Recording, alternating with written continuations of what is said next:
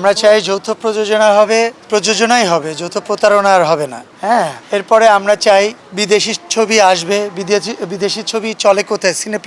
সিনেপ্লেক্সগুলো তো অন্তত আমাদের বাংলা ছবির জন্য পরিপূর্ণভাবে একটা সাপোর্ট রাখা যায় কিনা সে বিষয়ে একটু সহযোগিতা তাদের কাছে আর্জি আমরা করব আর কি। তা বাংলা চলচ্চিত্র আমাদের সবাই মিলে চলচ্চিত্রকে উন্নয়ন করতে হবে। সবাই মিলেই এই চলচ্চিত্র শিল্পকে পরবর্তী প্রজন্মের জন্য একটা ভালো জায়গায় তৈরি করে দিয়ে যেতে হবে। একটা প্রযোজক, একজন পরিচালক, সে কোথায় শুটিং করবে? সে ফ্রিল্যান্সার, সে পৃথিবীর যে কোনো জায়গায় সে শুটিং করতে পারে। আমাদের এখানে খুব সুন্দর সেট আছে, সেট বানানোর জায়গা আছে, ফ্লোর আছে, লোকেশন আছে। যদি এই লোকেশন তাদের পছন্দ না হয়, তাদের স্ক্রিপ্টে তাদের গল্পের সঙ্গে না যায়, তাহলে তারা ভিন্ন জায়গায় যাবে। এটাতে আসলে বাধ্যবাধকতার কোনো কিছু নাই।